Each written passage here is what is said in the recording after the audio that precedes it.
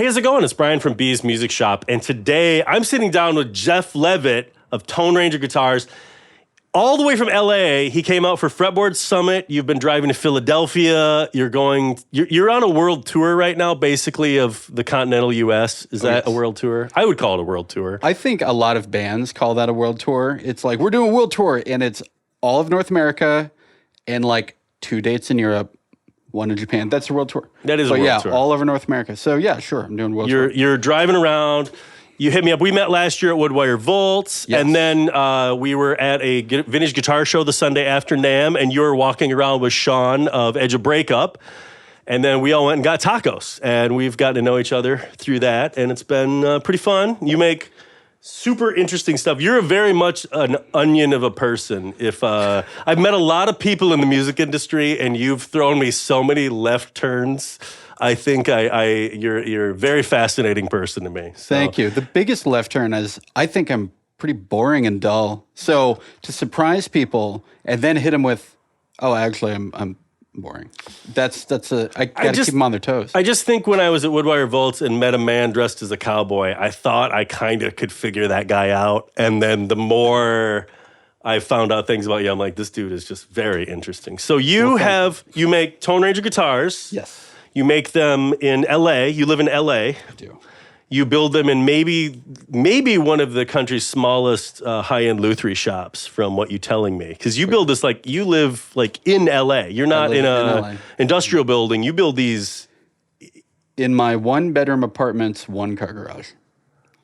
Yeah, I really would love to see photos of this. I know you were showing us some stuff and talking about some stuff. You don't have to pull them out now. Well, I'll have you send them to me later. But maybe I'll just have you send me a selfie tour with it when you get back. But I know you don't you have neighbors and you have to run on their work schedules? You were telling me a little bit, yeah. So I have an upstairs. Their bedroom is right over my wood shop. Yeah. So I have to be very when do you work? And only have the big tools running while they're away. So I'm pretty privileged in that regard, to have a cool neighbor. Yeah. Because I could have easily been run out of that place. But yeah, so I'm grateful for that. But it's wild. And you make these awesome, you just have such a cool aesthetic. You have a brand. As someone with a brand, I can appreciate, you have the cowboy thing, I have the cat thing, but you have such a cool, your attention to detail is something that really got me when I first saw these guitars. I love, you do these cool little semi-hollow things. And even the inside is painted with a starry kind of night paint there. Mm-hmm. And I love all the little, the way you do the pick guards, the way you do the pickups, bobbins matching. There's just a lot of little things. Well, I'm really grateful that I know a lot of really creative people. The Starry Night inside the F-hole, that was my wife's idea, which nice. I will always credit her. The matching pickups, that was actually Sean's idea. And really? From Edge of Breakup? Yeah, he got that cooking. He put me in touch with the dude over at Lawler who kind of handles that. And nice. I knew those are great dudes. We were next to them at amazing. Earthquaker. They are just so cool. I know. Kevin and Michael and Ian, they're all super great guys. Jimmy, I love them. They came to visit my booth at Woodwire and they were just they're just so great to meet you. And I was like, wow. But yeah, in Deco Boom makes the pickguards. So, nice. Yeah, so Deco Boom's involved. I'm going to be making a lot more of these as well. I think it's such a great aesthetic. It goes with the brand. Yeah. And yeah, it's just a great look. Yeah, it just has you just nail right down a thing for it.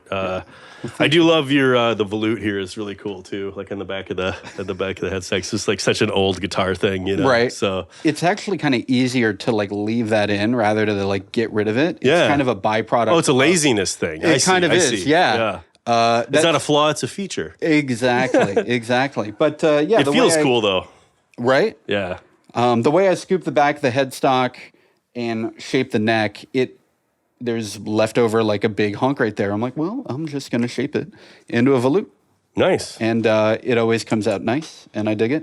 You get a little more strength around that headstock too. Yeah, you're not breaking all of them off. Exactly. Is it ash neck? Is that because you make these with urban ash? that is similar to like Taylor's Urban Ash program. Like you make these, and what does that even mean? Like what is Urban Ash? So they use Urban Ash, but I actually haven't used any ash yet. Okay. But all the wood I use is urban wood. Okay. And I actually use the same arborist that Taylor does. So what urban wood is trees that grew up in the municipal forest. Okay. So trees that line the city streets, grow up in parks, grow up in like city backyards. Yeah. Those trees, when they have to be felled at some point, a lot of times they would be chipped on site and thrown in the landfill, which is a bummer.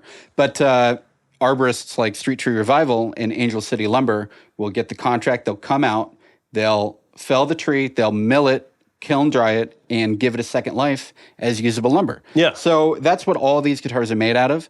The one you're holding, I know the exact address in Pasadena where this black acacia tree grew up. Nice. So it's a black acacia neck and body, and urban Indian rosewood fingerboard. And you can get some of that sapwood mixed in with the heartwood on the fingerboard because the Indian rosewood trees in LA grow so small that they don't get really dark, but it's still beautiful to look at. Yeah. And it's great. I love using this stuff. Yeah, because they don't live, they're not there for 200 years or something exactly, like that. Yeah. So yeah, they're there till for some reason or another they got to go. Yeah. Yeah. And actually at Fretboard Summit, Bob Taylor came around to my booth and I thanked him for starting like the Urban Ash series. Yeah. And I was like, that was a huge inspiration for me. And he was thrilled to hear that, you know? And I had him sign my StewMac string action gauge. So that's kind of fun. That's nice. I have a tuner signed by Paul Reed Smith. Oh, nice. So yeah, I got little things signed by these folks. We were in right by Athens in Hocking Hills, right by StewMac, and we ran into the guys at Earthquaker. They were like, "You should have came by," and they were basically knew what we do and stuff. And I was like, "Oh man, we really should have," because I was like, I kind of want to go to. I was like, "How hard is it to get into like Dan's shop?"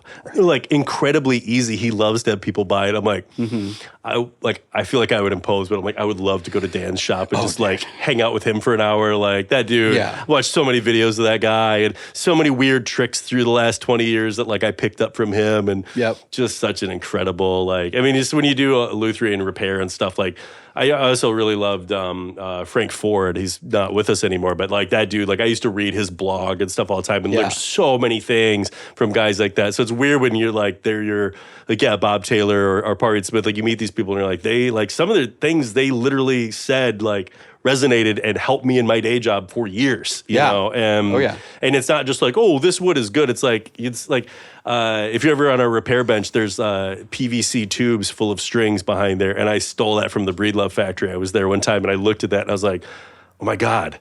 And then went home and built one in like an afternoon. I was like, that's like just the ideas that underpin when you're actually doing it every day are just so different. And I went to the Country Music Hall of Fame. In Nashville? In Nashville. And they have Guy Clark's Lutherie Workshop. Oh, really? They have it.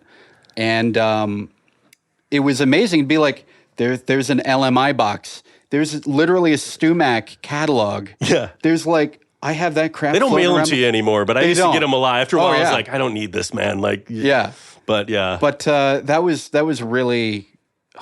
Is it modeling to say moving? No, I get it. Yeah. I get it. I love going to some of those places. Like the big one I really like is I went to Sun Studios in Memphis once, and I was like just walking around like, I love this room. And then I got talking with the guys, and he realized I kind of worked in the industry, and he's like, do you want to go in the back and see like the control room and everything? I was like, yes. So they had all, it's funny because they have all the old tape decks on top, and then you can see them through the control window, and underneath there's just a line of UA Apollos under there. And they're like, people just come and bring their laptop. He's like, we actually rent this out at night for sessions. And he's like, we just have a full UA rig for like that. That box, the snake in there is plugged into these UAs. And he's like, sometimes people rent the tape machine, but he goes, a lot of times they just want to play in the room, And he's like, we just had, I can't remember, it was like Beck or somebody. He was like, we just had him in here like a week ago, like screwing around for a night. And I'm like, that is so freaking cool. Dude. And, you're in there like just like so much legendary stuff touched those things. I mean, know. it's so cool.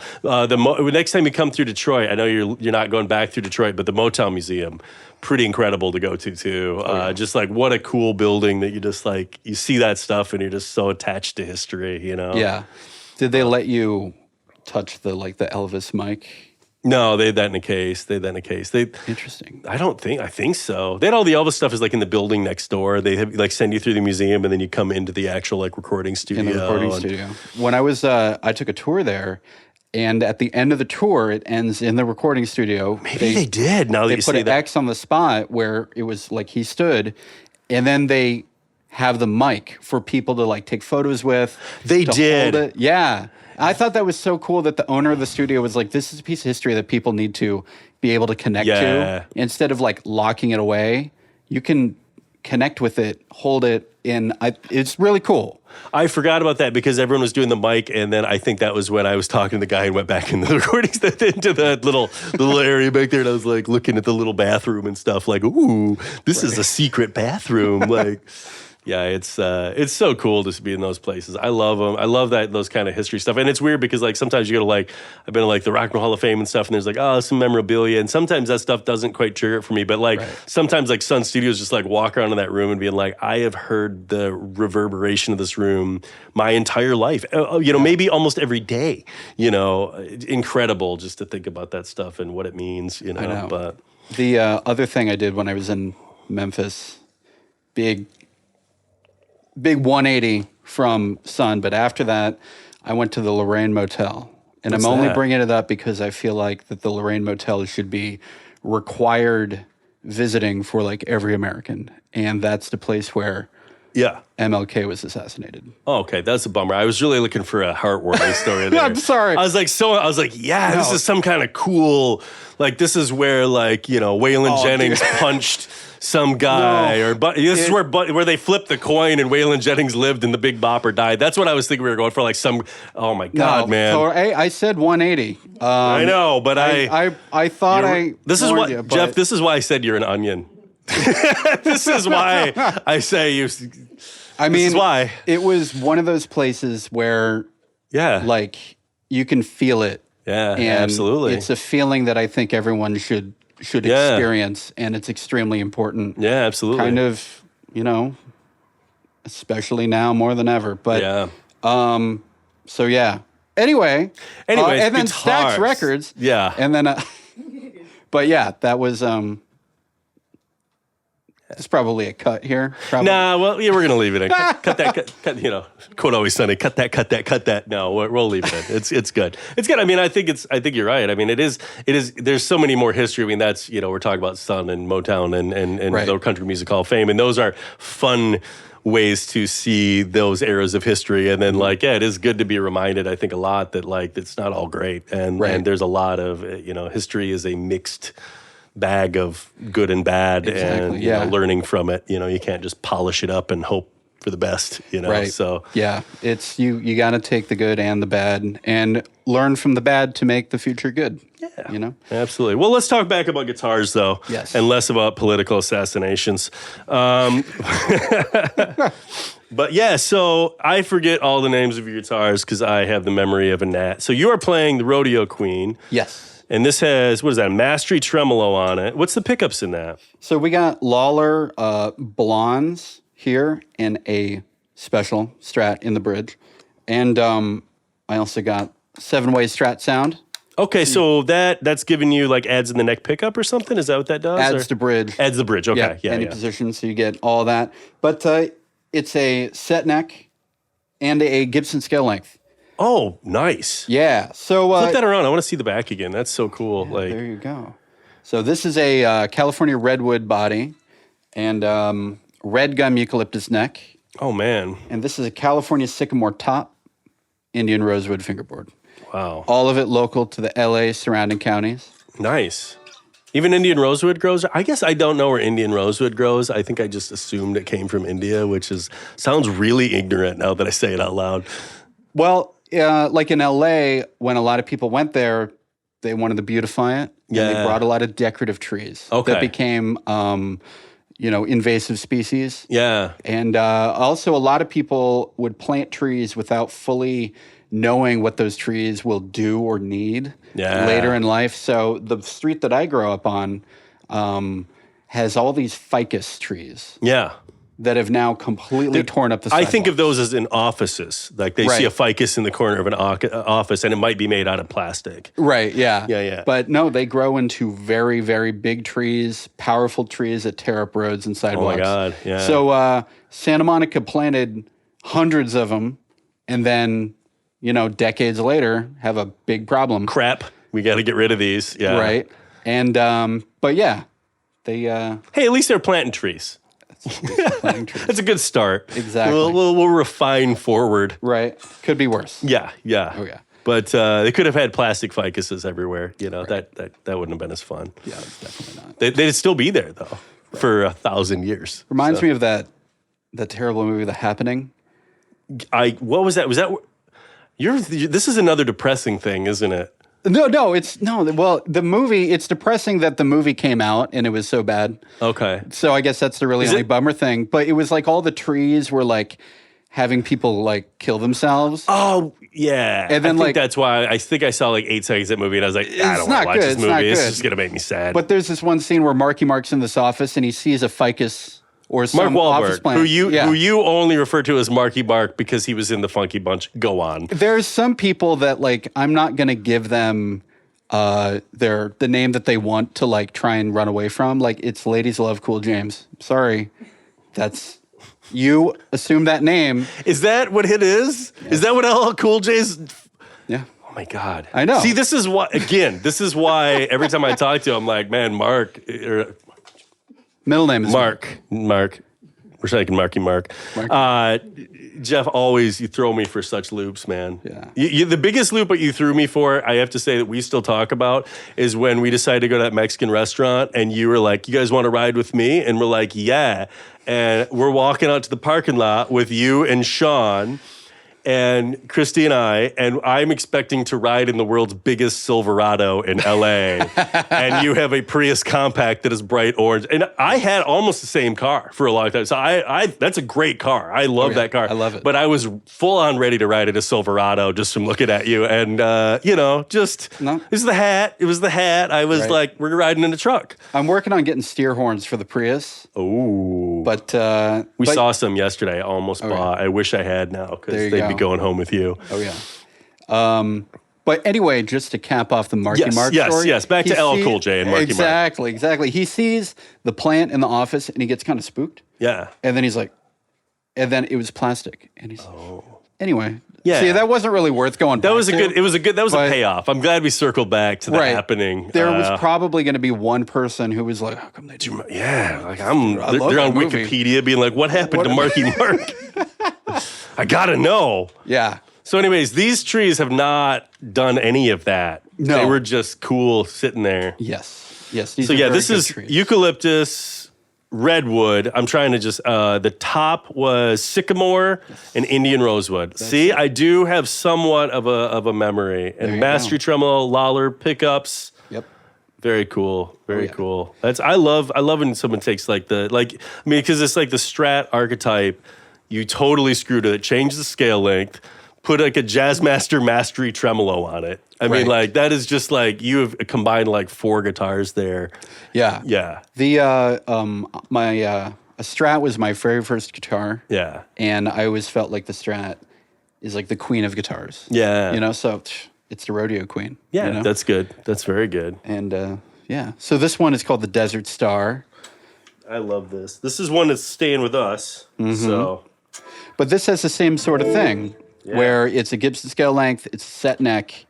It's something that's a little bit different than other T styles that you find. I like your plate here. Thank you. That's really cute. That looks cool. I also like that because as someone who has glued back in those tiny ferrules like 100 times in my life, or like, the guitar gets a little dry after like 5 years and they all just fall out. Yep. Or the kid puts all the ball end strings in without it and you have to go hammer them back out of the body. Had to done that a couple times. Oh, God. And not that would ever happen to your guitars, but this is a very much better plan. Yeah. Yeah, that looks awesome. I like the tuners. Oh, those are Grover openbacks. Those are cool. They are, yeah. 18-1 stay tights. I dig them. And They look good. And they look old-fashioned and fit, that right? Yeah. used to be when you had openback tuners, they were like the bad tuners. And then machining got so good. Every tuner's the good tuner in some ways. I mean, they're just so much better. Right. Some people are like, I'm going to change all the tuners on things on some guitars. And I'm like, the tuners you buy now on a cheap guitar are better than the high-end tuners of 20 years ago. You know, it's crazy how good machining is. And it leads to all these cool aesthetics that you wouldn't have been able to do back then. It's so nice. Or they did, but they weren't, they weren't like they are now. Like these, they're great now. Yeah, what are the pickups in this? So these are like wide range? Are these like, yes. Yeah, they're wide range pickups, Lollers. Are they Lollers again? Regals. Yep. You use Lollar in everything? Not everything. I use, if I have a guitar with Filtertrons, I do TV Jones. Yeah, they're great people too. I really like them a lot. They're super nice. Yeah. And Curtis Novak, I use his pickups as well. And I think between the three of those folks, I got every pickup I need. Yeah, they all make such great stuff down those vintage lines. I mean, and Curtis and Lawler kind of will go down Curtis especially will go down a rabbit hole if you want to go down a rabbit hole. He's like, hey, I'm going to reissue the Marauder pickup. They made 3, and you're like, dude, I know. Let's do it. It's wild. It's great. Yeah. And he really pays close attention to like design aspects that I feel like could be easily overlooked. Like when he's The grabber. Yeah. Gibson's own version of the grabber pickup is not even close to the old one. And Curtis just made the old one again and made like the dies for the slide. And they weren't even doing that at all. And Curtis like just knocked it out of the park for them. Yeah. And I love that grabber pickup. And I'm like, man, they're not like the grabbers, the Epiphones and stuff they make, like, you guys should kind of call Curtis and had him do these because it's just so much better. Yeah. I bet that price would have gone up a little bit more, but it's worth tripled if they did it. But but Curtis does. I mean, Curtis literally when he was showing it to me, he goes, "I'm never going to make my money back on this," which is like the thing we all know in this industry. Like we're all, you meet a lot of people in this industry and they're in it because they love it. We were talking about that earlier today, and like Curtis is one of those guys. He makes pickups because he loves pickups and he loves going down rabbit holes, and you can tell he's infatuated with certain things and seeing if he can do it. And there's a certain amount of that I love to support because it's like you love to support passion projects and like making truly cool stuff where he's not, going online and reading market research to figure out how to, get your hard-earned dollars. He's trying to make stuff that he likes and hopes that the world will, take interest. He's also a historian. He's like the keeper of the ancient knowledge, like keeping these designs alive, being really true to spec, and like creating these parts that because there isn't really that amount of money in it, other people won't do it. But we need people like that. Or passion projects. He's like a pickup archivist. Yeah, and like that H22 that he made, we talked about that earlier, that was in one of my basses. But they use that H22, a bunch of people do. You use it in your, you showed me a bass 6 you'd made with it. Yeah. And it's such a cool pickup. And I had came across one of those original guitars that pickup was made for and just thought it was such a cool sound. And that kind of led me to Curtis. I had seen him peripherally, and there's so many people that make stuff in our industry that like, this person, that person. But like I saw that and I was like, man, that's a very unique thing to decide to make and do it so well. He didn't just copy the coil and throw it in a plastic enclosure. I mean, he could have tossed that sucker in a soap bar pickup and it probably sounded just as good. But he did all the little details and like that's, you can't but respect that. Right. Yeah. Like underneath, there's so many little moving parts. It's amazing. Yeah, he's like reproduced all the old K pickups and all that stuff. But anyways, we'll go back to it. So we'll talk about this guy. We'll go back to, and this is called the Desert Star. See, I told you I have no memory for model names. Oh, good. That's why it's on the headstock. Yeah, it's good. And then your name's on the back. Yep. And I was trying to figure out your naming or your serial number system. Since it ends in 25, I know there's a plan there. Yes. So, because it's 704 to 25. What does that mean? So, first 2 numbers... That's the month. Okay. Last 2 numbers, that's the year. Yep. The middle 3 numbers are the overall production number. Okay. So this is the 42nd guitar you've made. Correct. Yeah. So that's across all the models. And when you hit 1,000 guitars, I will celebrate by adding a digit. Okay. In the middle. Good. Or going to A. Or no, what you really do is you do like a lot of the vintage guitar company things where you just start reusing numbers at random. That's my favorite thing to do. Yeah, Gibson's really good at that. Yeah, we'll go back and use our numbers from 3 years ago. Nobody will never notice. Right, yeah. So I came up with the serial number convention before I came up with the guitar brand, because that's the most important thing. It is. I'll tell you a really fun serializing story from the industry. Bill Ludwig, I used to help run this vintage custom drum show in Chicago, this big drum show.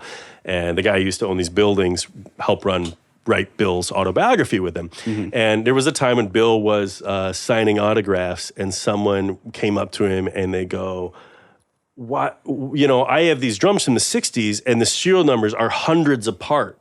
They go, this one is this number and this is that number.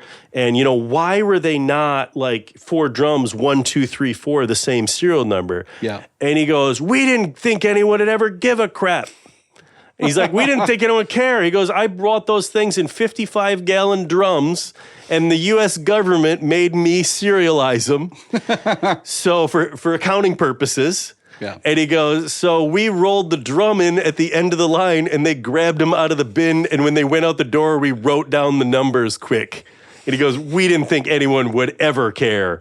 And I was like, that's the truest thing about serializing I've ever heard, is like, we did not think people would, years later on the internet, Mr. Burns worry about what if they, well, these are all even. I can literally unplayable, Right, it's very fun. But now, we think it out a little more. Go, maybe it'd be nice if we knew. Right. Yeah. Have a plan. Exactly. It's nice to have a plan. Have it mean something.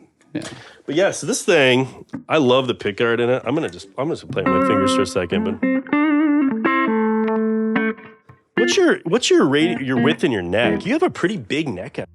I do. It's a so right now I have a nut width of 1 3/4. Yeah, it's big. It is. I get a lot of acoustic players that are like, I'm not really into electric, but this is like the first electric guitar that I've felt like at home with. Yeah. I also use a 12-inch radius. Yeah. So I get that feedback a lot. But then with electric players, sometimes it'd be like, oh, it's a little chunky. It's not a neck for everybody. But this is not a Wizard 3. Exactly. Yes. And when I get back, I'm actually going to be doing a whole new retool of a few neck templates to offer a thinner nut width. Cool though. I mean, it's in a world where everybody tries to do the same stuff, it's kind of nice to feel something that's legitimately different. Yeah. And every neck is hand carved as well. So they're all a little different feeling,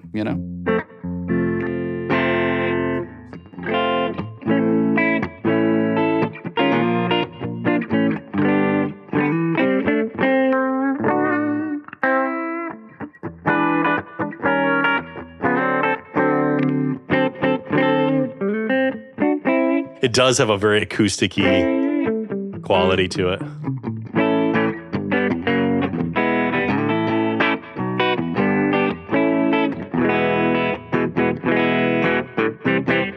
That's so cool, man. It's just so neat, and I love like I'll trade you. Yeah.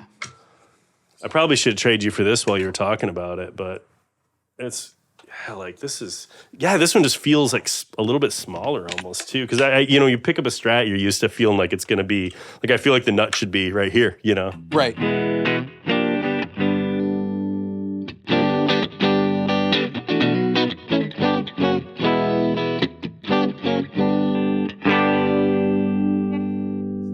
That one, there you go.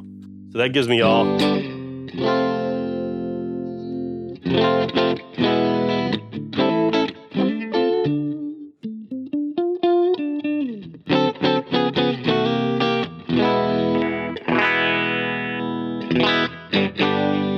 So cool. They feel great, man. I really, there's very alive feeling, because I don't think I plugged one in when we were at Woodwire Vault. So no, I think it was kind of funny how we met. I'm talking with a friend of mine, and all of a sudden you come in with a mic and a whole film crew into the booth, and I'm like, all right, let's do this. I don't know who you are. No, I don't know what's happening, but I'm like, it's showtime. I don't want to look at that footage. I don't know. It's great, actually. It's great. And you know what it was? Did all right. We showed up and Phil from 40 Watt Podcast was leaving. Yeah. And I was like, hey, Phil, I have about enough time to do like 40 minutes of filming. I think, do you know most people here? And he goes, yeah. And I go, do you want to just start filming and just go and we're just going to nonstop film until we're like, I do everything? I was like, do you want to just guerrilla do this thing? It'll be funny. And then that was just the joke. We're like, all right, hey, how's it going? And then we just move on. Because I'm like, if I don't do this, I'm never going to cover this place. And I'm like, it could kind of be a funny thing to just run at in that place because it's just big and it's very, that's a very like a family side NAMM show where it's like everybody's buddies there. I was like, it would work to do this here. Yeah. And it was just kind of fun. And I got to kind of meet everybody and just be a little silly, which is, I mean, the guitar industry objectively is a little ridiculous at times. So it's very fun to just, I mean, that's why it was funny to be like, I was like, I guess this guy's a cowboy. Let's we met Barry and then we went on to you and then we went to Chris from R2R and we just weaved around. You know? Guitars are fun. Yes. At the end of the day, they should be fun. They are fun. Act fun. Do fun stuff. So, but after you left, I went back to my friend. I'm like, I don't know who that is. And he was like, he's kind of like a big deal on like YouTube. No, that is not true. But well, he said that. He's a big fan. Oh, cool. And, he's like, I like cats. That guy likes cats. Oh, yeah. He's like, that guy picked one avenue and just ran at it. And I'm like, yeah. Oh, yeah. But yeah, I'm grateful that you stormed in and excellent start to our relationship. Well, so and that's, sometimes it's fun to do things like that and put yourself in uncomfortable things and then you learn who you meet. And then that was how we met Sean that night later. And then we met you and Sean the next day. Yeah. And it's just like you learn this industry's a lot smaller with a lot. And it's just like you end up, I don't know. It's good to challenge yourself and meet. I have this thing now where like I feel bad that I do this, but I try to not hang out with the same people at NAMM every year because I'd gotten in habits where I had my like 9 friends and we would every year go here or go there and do those things. Yeah. And then I was like, I'm having a lot more fun if I'm just constantly meeting. Like I need to spend at least half the time trying to meet brand new people. And it's just very fun because I've had a lot more adventures and then just like, and a lot of my friends in the industry for years and years are great, but like I still see them, I still talk to them and it's been fun to just like try and challenge myself. I mean, that's how I got to meet you. Doug Howard became a friend of mine. Some of these people that like I just ran into and I'm like, oh man, like you find the guitar industry is interesting because like when you're on the inside of it, you don't have a lot of peers. It's just like a weird thing to be like, we were talking about fretwork earlier for a long time and it's like, you just only certain people talk about those things at those levels. So it's kind of fun to make like peers and stuff like that. Plus, you got to put yourself out there too. Yeah. You know, and just have blue hair and be weird, Because if you didn't do that, I wouldn't be here right now. Yeah. You drove all the way to Michigan from LA just to come here. Just to come here for no other reason. No other reasons. I mean, I will say, in all honesty, the route from Philadelphia to Los Angeles doesn't include Michigan or Mount Pleasant. Yeah, really what hurts me a lot is being on a peninsula. That's really like, you're like, it's we're on the peninsula, but like, you're not on the way to anybody unless they're going up to catch a polar bear or something. They're really not. Then maybe they're driving through. But it could be worse. You could be on the upper peninsula. Yeah. That's fun for about 15 minutes a year. It's very. I like how in Copper Harbor there's 4 feet annually of snow a year. We have about 40 inches here, which is not a little amount. And then like you go up there and it's like insane. You're like, what? Like, what do you do? Well, I hear it's beautiful up there. It is beautiful. I feel like you just have to pick up a good booze habit so you don't freeze to death. Like to give antifreeze in your blood. I think that's like up there. Whiskey serves a practical purpose and a recreational purpose. I think you got to just got to put a little antifreeze in the engine to help it start in the morning. Right? Exactly. All right. Yeah. I just wanted to do this. I love these tremolos. They're so cool. They're so good. It's taken me a long time to come around on the Jazzmaster tremolo. As a tech, I was like very much like for years, in the 90s and stuff. I was like, oh God. Yeah. I don't know. Why doesn't it stay in tune? Right. Because it doesn't. But this one, but they figured it out. Now the mastery is well above the old Oh, yeah. I mean, this is not the modern, this is the modern Jazzmaster tremolo. A lot of the vintage ones, intonation would shift and all these things would be crazy. And like these are like so much better. This is great. I like this guitar.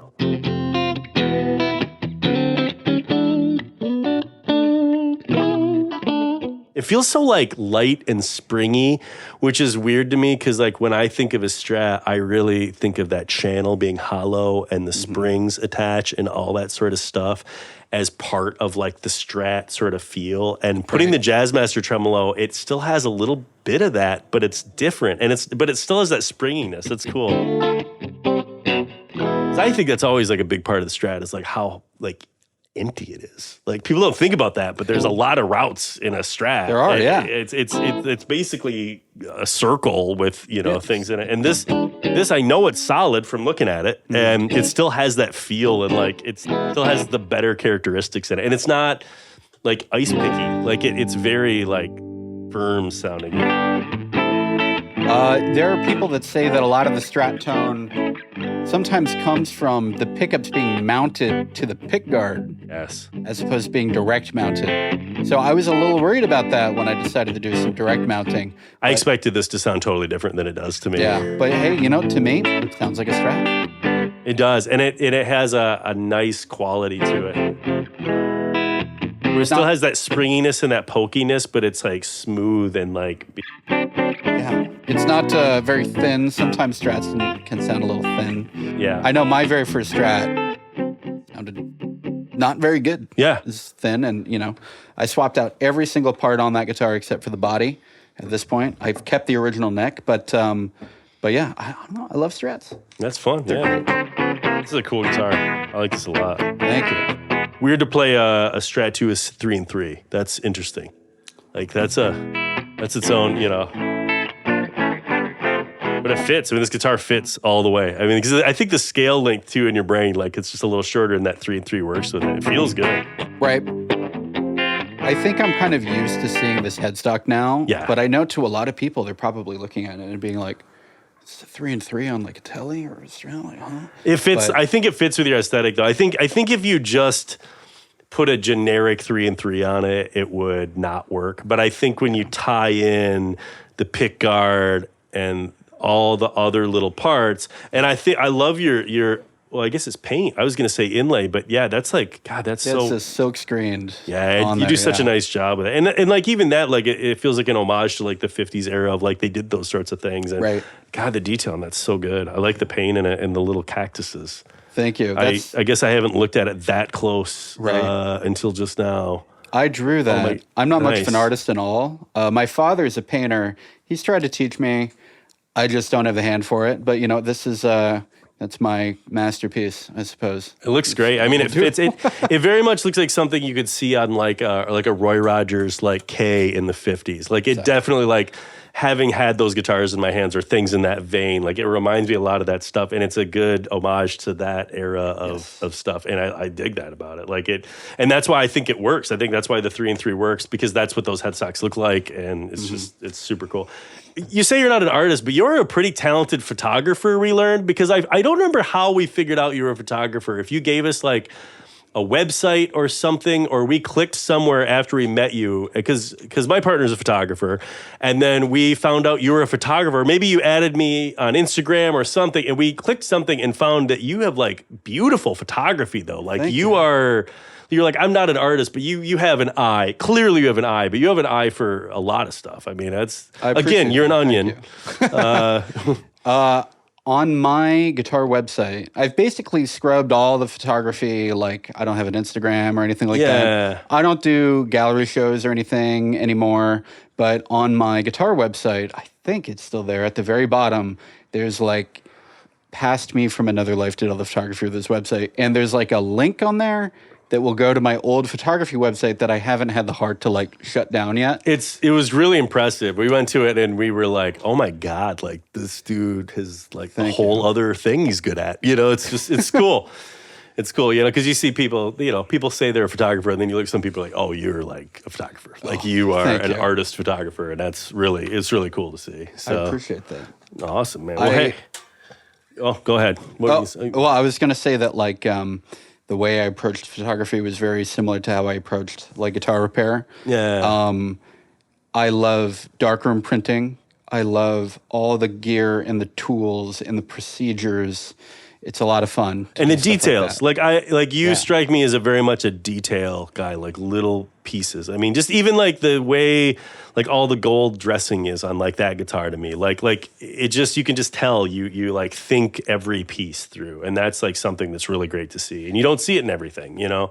It's helped me on these long drives because I'm thinking of builds. Yes. You know? Sean, at a breakup yesterday, wanted another build, a baritone. Nice. In a Desert Star. Yeah. And now I got to literally for an hour thinking about how to keep the pick guard, keep the bridge in the same place. How many frets am I going to have to add to the fingerboard so nothing moves around? You know, things like that. Because I gotta have the fingerboard end right here. So because you can't just, you know, glue the bridge on and then measure it and stick glue the neck on and then measure the bridge and stick it. If you want to go from the other direction, you've got to cut it exactly right, Yeah. you know. So all the minutia, it's the same with photography, like film development length, and then you know how long you're going to expose to print, exposure time on the film itself. All equates to. That's a lot of sitting still that I could never do. It's kind of fun. It's hard to sit here for like an hour. So you know, I'm a pacer. The first time I looked at like a darkroom print in the developer, and the image appeared, it was literally. It's like, dude, this is magic. Yeah, this is literal magic. Is amazing. I don't know how it's working, but I'm hooked. Yeah, I loved it. Like better living through chemicals. Exactly. That's you know what it is. And then sometimes, you know, you take a little taste of the fixer. Yeah. You know, or the Blix. You mix the Blix and you get a little sip. And a little for the sauce, a little for the chef. You know. That's exactly it. Yeah. That's how it goes. Yeah, you up that silver content in your bloodstream if you drink some of the old. You ever see that guy that drank all the colloidal silver and he's like blue? I love that guy. I don't know why he did it. I think he just, you know, like, it's like me. I started doing cat stuff and like it just gets out of control and it's like one day I guess I'm blue. Like that's kind of what this is. Just really into silver. Yeah, you know? he's like, I started turning blue and I was kind of into it. Like that's got to be it. I mean, he's like, it's for health, and I'm like, it's because you want to be blue. Like you wanted to be blue, bud. Like you whatever health benefits you're like, you know, anything. They're like enough of it, you know, is lethal or something. It's like, you know, there's enough. There, you know, all things in moderation. And apparently, whatever it is that turns you blue is probably there's a level that was the right amount before he looked like Papa Smurf's like weird cousin. Hell yeah. All right, I'm going to switch out guitars for us. So we've swapped out guitars. This is the other Desert Star. This is not going to be for sale, Bees Music. This is going to be for sale at who? This is Thunder Road, you said? Thunder Road PDX. Where are they at? Portland. Portland. Oh, yeah, okay. The Portland one. I met... PDX, I should have known. Yeah, it's okay. It's all good. Not but no, quick. Thunder Road, both of them, Seattle and Portland, were my, they signed up with me like 10 minutes before we ran into each other at that vintage guitar show. Oh, nice. Yeah. So, How long have you been doing this then? If that's your first dealer, like this hasn't been that long. Well, they're not my first. Oh, sorry. All good. Malibu Music actually was my very first dealer. Nice. So I'm very grateful for that, but really it has not been very long. I started building full-time maybe about a little less than 2 years ago. Okay, yeah. You know? And Toner Ranger Guitars officially launched last July. Okay, so yeah. It's been like a year. Where did your background in like repair and like luthiery come from? I mean, you didn't just, you know, one day wake up and make guitars. Like clearly you've been in this for a long time. So. Yeah, I've been doing guitar work, tech work for over a decade now, which is kind of wild. Yeah. You know, for you're like rookie numbers. Yeah, 27 years. Woo. But basically it was child labor is what it was. And nice. Yeah. There you go. Since I am only 33 years old. Anyways, that was like that is a haggard 33 if he's 33. It's rough. I don't know. But yeah, I did tech work for like a decade, and then I went into academia. I got my master's in history, and I wanted to teach at the college level. Yeah. And here I am with my guitars. Yeah, you're so like, that went well. Yeah, they're like no cowboy hats, and you're like, well, I got to do something else. Right. But no, that was a lot of fun. I really loved it. I love, history. Yeah. And but just, I got kind of burnt out. Yeah. On that. Academia does that. I've had a lot of friends. I mean, we're in a college town here, and it's Yeah. a teaching college, so like it's. I've had a lot of friends who went on a lot of paths and ended up chasing some muses later on and being a little happier. So. Exactly. Yeah. So I decided to just kind of strike out on my own. I started building and fell into this, and it's been great. Yeah. But a big reason why I got into using this kind of wood, this kind of aesthetic, is because I'm a huge fan of the writer Edward Abbey and also Ken Lane. So Edward Abbey's work, his writing is like seminal environmentalist writing. And his book, Desert Solitaire, I think is my favorite book. Like, period. Nice. I love it. And it's about his time as a park ranger at the time, it was Arches National Monument. Okay. In the 50s. And it was such an amazing book. If you've ever read any like John Muir or anything like that, nature writing, it's just. Let me stop you. You're a lot smarter than me. Oh, go on. Well, anyway, it's just like basically an adventure. Book. He's detailing these adventures that he had and his connection with nature and kind of his thoughts about it, and it's very impactful and meaningful to me. And I'm like, what's a way that I can try and give back to this land that I love? Because I love the desert. I've had some really wonderful formative experiences and fond memories created out in the desert and the Mojave especially. And I'm like, I could do this. You know, I can maybe save something from going in the trash. And making something beautiful. And kind of just spreading the awareness, I think it's sometimes like, I don't build, I just do repair and run the store and stuff. But like, I sometimes just like facilitating some of this stuff like into existence. It's like, like I don't necessarily hands on it, but like, we did some of those guitars with Cower I showed you that like he made for my grandfather's pine and stuff. And like some of that stuff, just like facilitating it into existence is just like, you see the history and how some of these guitars like age through years and these things happen. And it's fun to sort of be involved in that and create things that like, at your core are insanely cool and fun, and they aren't just guitars coming out of the Court factory as fast as they can run the conveyor belts, which is fine. And there's a lot of great guitars, and I think guitars have never been more accessible and better built. And I can say a lot of things for student guitars that I think are great, but I think there's something to be said right now for luthiers. I mean, Woodwire Volts, that struck me.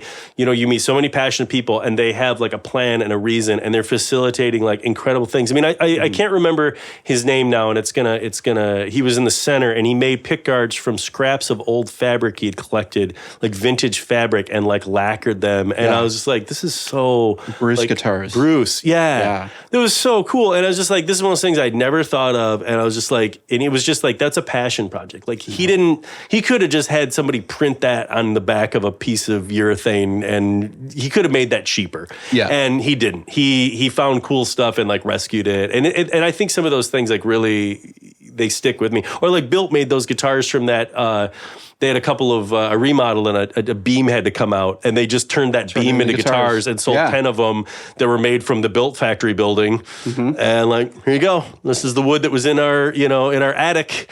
Like it's just like neat that those things exist. So I think it's cool that like you found a calling and you have like a reason. You're not just like, I like to eat, which I mean, ultimately is part of it too. But like at your core level, like it's more than just that, Right. Yeah. It's kind of like when you're dealing with luthiers like this, they're all artists. You're not just getting a guitar, you're getting the artist along with it. So it's just the same as buying a piece of art. There's an artist statement. There's, a name tied to it. It went through a very small number of hands, and you can meet the artist and form a connection beyond just like, who knows who made this guitar in who knows what factory and who knows where. So I think that personal connection is a big thing as well. So So yeah, it's just fun. Yeah, and then you can find stuff that like jives you, like you say, like art. You can find art, and then you can make art with it, and you can have fun with it. And you know, it's art you can enjoy. I mean, my house has a lot of guitars hanging on the wall, a lot more than it's probably should be. But I love like that's what I said for a long time. Like I'd rather buy. I like art, and a lot of times like I just buy things my friends have made that are neat. I mean, I have certain guitars I just bought because my friend designed them, and they did such a great job. And I was like cheerleading them, and when one came out, if they weren't super expensive, I was like, "Yeah, send me one." Like, I just want to support you. You're a patron of the arts. Yes. You know, that's important. You know, I don't have at all a collecting mental illness. I'm a patron of the arts. That's it. I think once you get to a certain... Pedals are art too, right? Please tell me they are. Yes. Okay, good. I'm covered. Yes. I'm covered. I was very impressed by your gallery over there of art. My 6 foot tall shoe rack filled with pedals haphazardly. Yes, exactly. It's a very unique installation. It is. It is. And yes. Yeah, it's basically... I'm just someday I'm gonna have one of those cool hoarder houses you see on TV. It's gonna be so cool. It's gonna be so. I want a raccoon to run through, you know, while people are looking through it. You know, like that's my tone raccoon. That's the goal. Yeah, totally. That's exactly it. All right, we'll circle back to this guitar. So this is coming back. This is Thunder Road Guitars is gonna have this. You're gonna drive it to them on your. No, you're not probably driving it. No, I'm gonna ship this one. You're gonna ship it. Yeah, I got to get back to LA, but I'm gonna send this one up to them. And this is the same piece of black acacia body and neck as the other one. But this is also, believe it or not, Indian rosewood fingerboard. Oh, wow. Yeah. So it's all like, is it sapwood? It's all the sapwood. It's so cool. There's a little bit of the heartwood there. I like the turquoise dots too. Those are really cool. Yep. The all real turquoise. Oh, it's real. It's real turquoise. And it breaks apart like real turquoise when you're trying to install them. So yeah, I was gonna say that probably was rough. It's a bit of a pain, but it's worth it. I love it, and people dig it. Yeah. You know, I like the little pop of color. It really ties in the whole Southwest thing. And I dig. No, it's super cool. I really like the combination of the wide range and I'm guessing it's a Lawler like T or something in there. Yeah. Yeah, that's super cool. And I love your the thing that struck me the first time I saw your guitars, because you know, like I've been in this a long time. I'm real judgy. You know, no, I'm not. But, you know, I mean, I see a lot of guitars, and I walked up and I was like, oh, it's a Telly. And then I was like, oh, this is like, I looked at the headset, I was like, that's a cool logo. And then I was like, oh man, not just the cactus, but the paint on the inside. That was the thing that got me, that I was like, oh, this dude's paying attention, because anybody can cut that. It takes somebody else to decide to make the inside a little different, you know? You're discerning.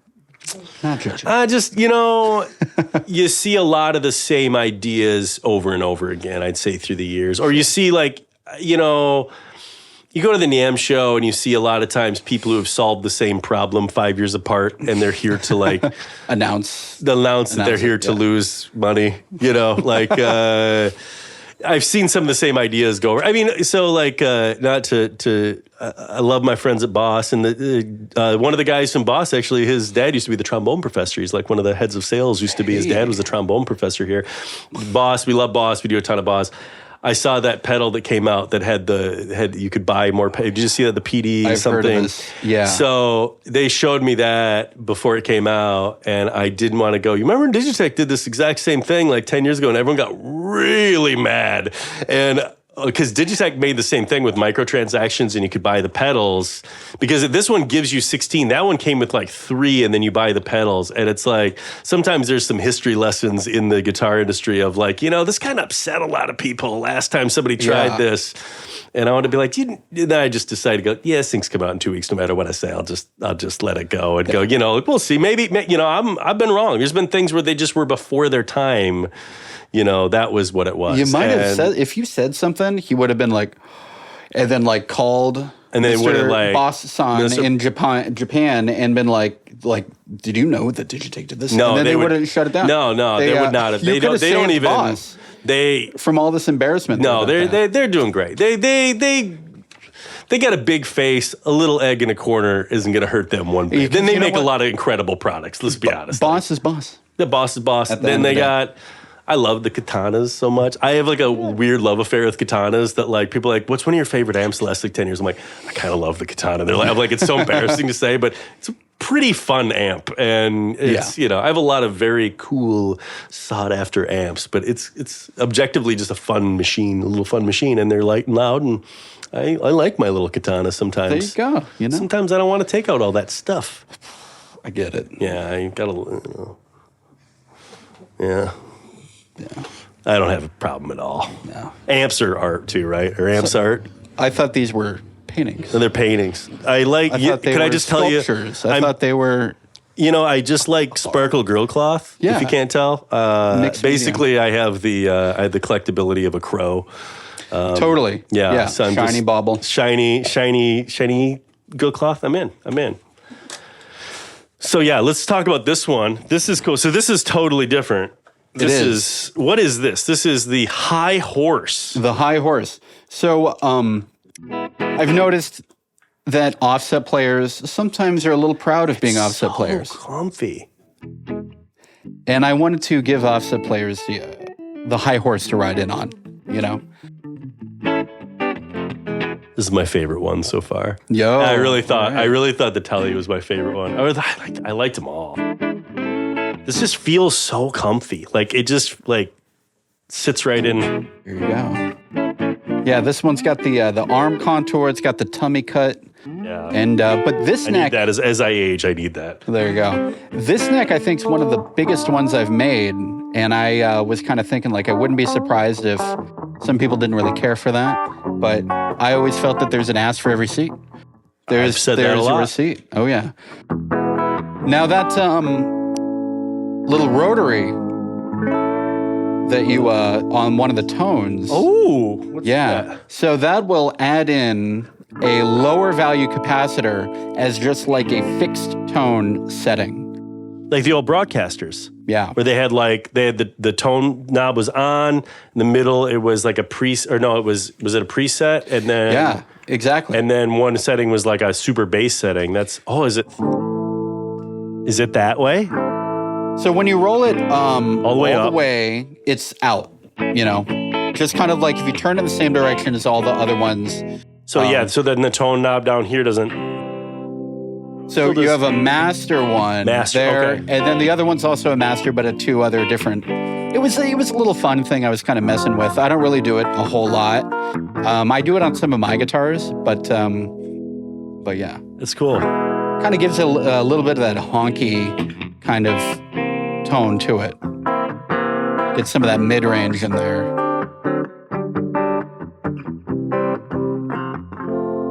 It's cool. And then all the way is, all that dark. Oh, yeah.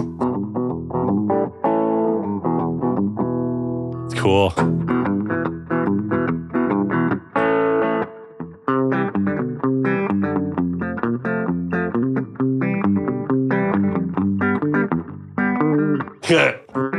Yeah.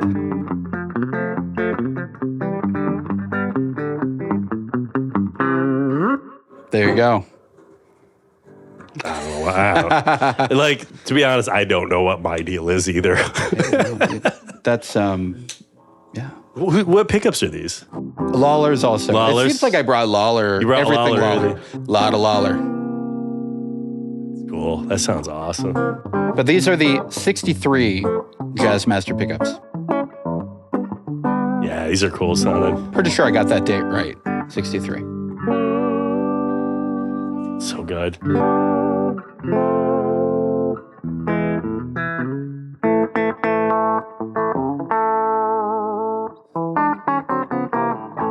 This is a great guitar, man. So what is this made out of? So this one's also a California redwood body. Oh, that's so cool with the knot and the tortoise. I like the tortoise. That's there nice. You go. Yeah. And this is a redwood eucalyptus neck, Indian rosewood fingerboard. It's so cool. Yeah, I like the sapwood down the side. Yep. Turquoise again. I really like your truss rod cover too. It's like humongous, but it fits the logo and it fits. It looks like a little crown sitting up there. It's got that yeah. It's just cool. It's just cool. I hadn't thought of that. I like that. I don't know. The whole thing, it works. I mean, you got a good eye for piecing it all together, A lot of it comes from thinking and thinking and thinking in the shower, trying to go to sleep on the road, thinking. And I realized, I circle around. I also have anxiety. I understand. I get that. But when I land on something where I'm like, okay, I got to come up with headstock or truss rod cover, and I land on the idea, and if I stop thinking about it, then I know it's the correct one. Yeah. Same thing with the headstock design. I came up with that. I tried to draw it, and then I was like, that's it. And then I went to bed. Yeah. I was able to fall asleep. Sometimes like the right answer is just no a lot of times in a row. Exactly. And it just takes that refinement and willing to just keep like saying that and try. I mean, that's why people like, they don't want to hear their old albums because they just worked and they kept finding missteps and they just got it together. It's one of those things where like all the little pieces, you just keep chewing on them. Oh yeah. It's cool, man. This is cool. Yeah. This is standard, like longer Jazzmaster scale, right? Nope. Like, these are all Gibson scale length. oh my God. Yeah. I was going to swear this one was longer. It must be where the offset is and the belly contour is. It just feels like a little bit more out there. It's way out there. The neck is definitely further out there. Fretwork on this is so good, man. Hey, thank you. And I do like the wider neck. It's weird because usually I'm a narrow neck guy. Yeah. But it does feel like that kind of acoustic to me. Like it's right. And I like finger picking a lot. Like I've always been like I used to imagine myself learning to finger pick and flat pick. I love Taj Mahal and, Chet Atkins and all that kind of stuff when I was like at certain points in my life. And I was like, I'm going to do that. And it's like impossible to do some of that stuff on an electric sometimes. It's really hard. And like this, you could definitely. Yep. That big nut width, you get a lot of room. Your fingers aren't like stepping on each other, So I dig it.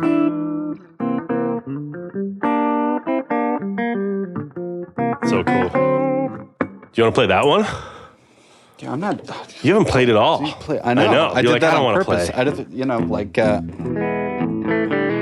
I don't know. I never know what to play. I know. And me neither. I just play like whatever because it's fun. But that thing is so cool. I love the color you picked for the pickguard on that. It's so nice. Would you say burnt marshmallow? What? No.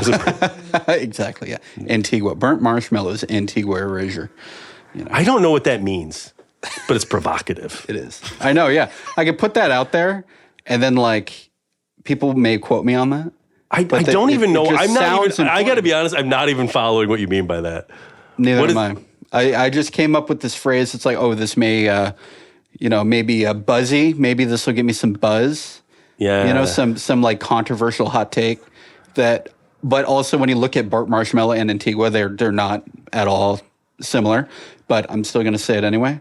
But yeah, there was a couple of years ago. I was at the NAMM show for Ibanez, and they had two colors that had very different names, and they were clearly the same color. It was like one was like blue cosmic ice, and it was like something else like sapphire. And I was like, did two people argue about what this color was called? And then you guys had like the design room went, okay, you get this one is that one, and this one is that one. And the guy laughed. He's like, I don't think you're very far because like I held them up side by side, and it was clearly like the same burst, same color, same wood grain, like no difference. But they had two different, in the Ibanez catalog, they were two completely, and they both came out that year together. And I was like, what happened here? And he's like, I don't know. You could have swapped the hooks, when no one was looking. Yeah, but the guitars were different. But it's like calling three-tone sunburst and then calling it something else. It's like, what are you doing here? What are you doing? Interesting. Yeah. But you got any other stories about trees? Not really. Any more depressing stories about trees? Yeah, no, I'm out of depressing tree stories. So where are you off to next? You're road tripping back to LA. Are you from LA originally? I am. You are one of the few native Angelinos that I've met. Nice. And but yeah, from there, and no, I love it. That's cool. Yeah, you seem like a guy that would move to the desert and just you love it. You tell me more about LA every time I'm there and know all this cool stuff. I mean, you took me to that cool restaurant. Oh yeah, El Cholos. Yeah, you're like, this is the best Mexican food. And you were right. It was delicious. Well, thank you. I don't know what to do in there. I went to Disney last time I was there. That was my LA experience. To do. I'd never been to LA Disney. I'd only been to Florida Disney, and it's in Florida. It's in Florida. So I was like, I kind of want to see how the other half lives, Right. So who did you like more? I like both of them a lot. I'm like secretly kind of a Disney kid. I kind of like love the wonder of the way they do things so well. Like details, right? So like Yes. you love details. Like I go to Disney and it has nothing to do with princesses. It has everything to do with like, I will look at a robot and be like, this is incredibly made. Yeah. And like, I will just marvel at little wonders walking around there. And it's like, it's like this, it's like a marvel to science to me when I'm walking in there. And that's what it is to me. And I'm like, this is so neat. Or history. You know, you're right, Pirates of the Caribbean, and you're like, they made this thing in the 50s in the desert. And like, what did they, like, it's just so neat to me. Yeah. It seems like a wonder to science and like the marvels of like humanity. And I know there's some like problematic things and it's not all great, but it's very, like, to me, if you just look at that, I think it makes my heart feel a little happy sometimes, and I have fun with it. And I, you know, even a popsicle looks like Mickey, and there's like an great. earnestness to it. Yeah. I wouldn't call myself a Disney adult by any means, but I do enjoy going there once in a while. Yeah. Seeing how much energy that the Imagineers put into things. Yeah. It rubs off on you, because then you go to some other parks like, you know, Six Flags, where it's like, I love roller coasters, but yeah, they're like, this whole place just smells a little like vomit. it's a little grimy, Yeah, and you wouldn't get that, you know, at Disneyland. It's a little half baked maybe over there. But yeah, at Disneyland, it's very thoroughly thought through. Or like things will happen to you, and you're like, I don't like. Have you ever been to the Florida one at all? Yeah. So have you ever been to the Guardians of the Galaxy ride in not the tower, but they have a ride in Epcot. And they take you in this room and they tell you they're going to teleport you. And the room is like 80 by 80. Mm-hmm. And the lights flicker for 1 second. And then the room is like 400 by 400. And you're like, and my kid and I rode that ride multiple times. And we're like, we know it's coming. And like, where did the walls go? And like, I don't know. And they were real walls. And they're like, don't get near the walls. And you're like, these can't be. Like, we walked through a door that just wasn't there. Like, did we move physically? Like, were we moving so slow the whole time we didn't know? Like, what happened? Right. And like, I have no idea. Like, that's the one time in my life where I'm like, this legitimately was like magic. Like, this is science that's so close to me not understanding it. Like, I don't know what happened, and I don't know why I haven't looked this up. But like, how does that work? Like, how did that work? You don't want to, maybe don't look it up. No, if you're still, I got it. Well, you got your wonderment out of it. Maybe it's now you can ruin it now. Yeah, because now I got to go in that room and right before it happens, I'm just kidding. No, hey everybody, we're moving very slowly. We can't tell it right now. Right. Yeah. No, but it's kind of like at the Haunted Mansion, the room that stretches. Yeah. It's like that was the proto version of what you're experiencing now. Yeah. So now you can look at it and be like, okay, I can see the wallpaper rolls and it's an elevator, but still, like, can you imagine riding that the first time when it first opened up and you're like, this is wild. And it's just like little things they imagined, and like they could have done everything so much lower effort and they don't. And I love that amount of detail in the world. Like, it's something that I just like when I see it. It makes me excited because I like that detail when I do things, and then it makes me excited to do those things in my own, ways I run my life. Yeah. What's really fun in the guitar world, to circle it back, who does a ton of Disney stuff is, Minerick guitars. They make like those Lemmy weird flame guitars when like they made a bass for Lemmy, and have you ever seen like that? Oh. Yep. Yep. So like those. Yeah. So that's Mark Minerick. Oh, he makes guitars for Disney sometimes.